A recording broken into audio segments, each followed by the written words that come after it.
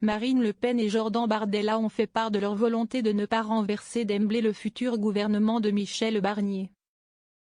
Dans la presse ce samedi 7 septembre, la chef de file des députés RN assure aussi qu'Emmanuel Macron a tenu compte de leurs critères pour choisir son chef du gouvernement. Les dirigeants du Rassemblement national Jordan Bardella et Marine Le Pen ont assuré samedi 7 septembre ne vouloir participer ni au désordre institutionnel ni au blocage en renversant d'emblée le futur gouvernement de Michel Barnier. J'ai simplement le souhait que le Rassemblement national ne participe pas, contrairement à la gauche, au désordre institutionnel et au chaos démocratique, a déclaré samedi soir sur TF1 le patron du RN Jordan Bardella. Le nouveau Premier ministre, je le jugerai sur pièce, ce qui ne sous-entend pas qu'il n'y aura pas de censure durant son action, a précisé Jordan Bardella.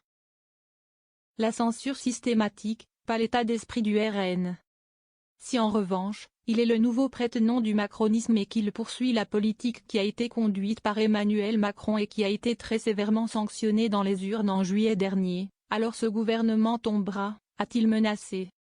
La chef de file des députés RN Marine Le Pen a elle aussi affirmé que son souhait n'est pas de susciter un blocage, dans un entretien à la Tribune dimanche.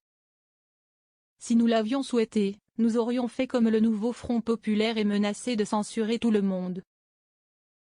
Ce n'est pas notre état d'esprit, a-t-elle poursuivi, tout en soulignant que ce gouvernement sera évidemment sous surveillance.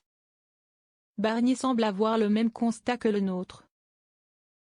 Au cours de cet entretien, Marine Le Pen affirme aussi que le président Macron a tenu compte des critères du RN dans le choix de son Premier ministre. Elle a notamment pointé le fait que Michel Barnier semble avoir, sur l'immigration, le même constat que le nôtre. Rappelant les positions du nouveau Premier ministre lorsqu'il avait pris part à la primaire de son parti Les Républicains en 2021. Il a au moins conscience que l'immigration est un problème majeur, s'est-elle félicitée. Maintenant, nous attendons de lui des actes, a-t-elle exhorté auprès de l'hebdomadaire. Enfin, elle ne balaie pas d'un revers de manche le scénario d'une élection présidentielle anticipée. Cela fait partie des scénarios plausibles, bien entendu car le chef de l'État a 3 moyens pour sortir le pays d'une crise politique.